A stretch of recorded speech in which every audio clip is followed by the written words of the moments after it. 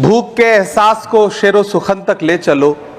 या गजल को मुफलिसों की अंजुमन तक ले चलो। मुझको नज़्मो ज़ब्त की तालीम देना बाद में, पहले अपनी रहबरी को आचरण तक ले चलो। सभापति महोदय, मैं न्यू एजुकेशन पॉलिसी पे बात करने के लिए खड़ा हुआ हूं। माननीय मंत्री जी यहां मौजूद हैं।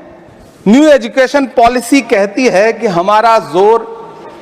टीचर्स ट्रेनिंग पर होना चाहिए, लेकिन जो नेशनल सैंपल सर्वे ऑफिस का आंकड़ा है वो कहता है कि इस देश में सिर्फ 13% टीचर हैं जो ट्रेंड हैं। तो मैं माननीय मंत्री जी से जानना चाहता हूं कि क्या जो 87% टीचर्स हैं जिन्हें ट्रेनिंग देने की अभी जरूरत है, उनको ट्रेनिंग देने के लिए हमारे पास क्या रोड मैप रहेगा, और क्या हमारे पास इतने बड़े पैमाने पर कॉलेजेस हैं, रिसोर्सेज हैं जिनसे उन्हें ट्रेन किया जा सके। हमारी न्यू एजुकेशन पॉलिसी कहती है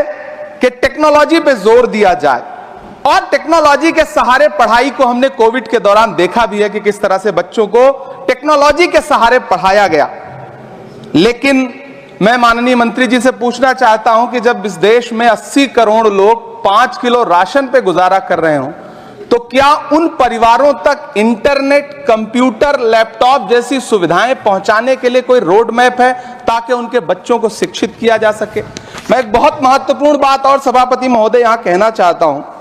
कि माइनॉरिटी कम्युनिटी से जुड़ा हुआ जो मदरसा एजुकेशन का पैटर्न है, उस पे बहुत गंभीरता से माननीय मंत्री जी से पूछना चाहता हूं कि जो न्यू एजुकेशन पॉलिसी है, कुछ मदरसे ऐसे हैं जिनको सरकार रिकॉग्नाइज करती है, लेकिन कुछ बड़े शिक्षण संस्थान हैं, नदवा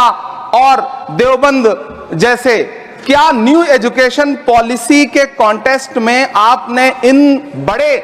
संस्थानों से डायलॉग करने का कोई मानक या कोई बातचीत शुरू करने का प्लान बनाया है या नहीं, ये मैं पूछना चाहता हूं। और एक बहुत महत्वपूर्ण बात मंत्री जी से मैं पूछना चाहता हूं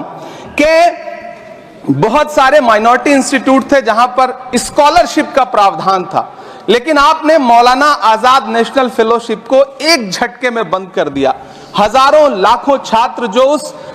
स्कॉलरशिप के भरोसे अपनी शिक्षा ग्रहण कर रहे थे। एक तरफ प्रधानमंत्री जी कहते हैं सबका साथ सबका विकास, एक हाथ में कंप्यूटर एक हाथ में कुरान, लेकिन जब स्कॉलरशिप आप बंद कर देते हैं तो गरीब तबके से आने वाला अल्पसंख्यक समुदाय के जो बच्चे हैं, उनकी शिक्षा व्यवस्था को लेकर के, उनकी शिक्षा को आगे बढ़ाने को लेकर के आपके पास क्या प्लान है? मैं माननीय शिक्षा मंत्री जी यहां पर बैठे हैं, उनसे कहना चाहता हूं कि पूरे देश में, पूरी दुनिया में प्रधानमंत्री जी जाकर के महात्मा गांधी जी की मूर्ति के सामने सर झुकाते हैं, उन्हें फूल चढ़ाते हैं, लेकिन आप ही की सरकार एनआईटी कैलीकट में प्रोफेसर साइजा ए को योजना और विकास विभाग का डीन बना देती है, जो खुल करके कहती हैं कि मेरी नजर में नाथूराम गोडसे तो बहुत महान था। तो आपकी नई एजुकेशन पॉलिसी ये है, इस दिशा में जा रही है। मैं आपके महोदय से, सभापति महोदय, ये कहना चाहता हूं कि किस तरह से एनसीईआरटी की किताबों में सांप्रदायिकता को परोसा जा रहा है। माननीय मंत्री जी, क्या आपके संज्ञान में है कि केंद्रीय हिंदी संस्थान और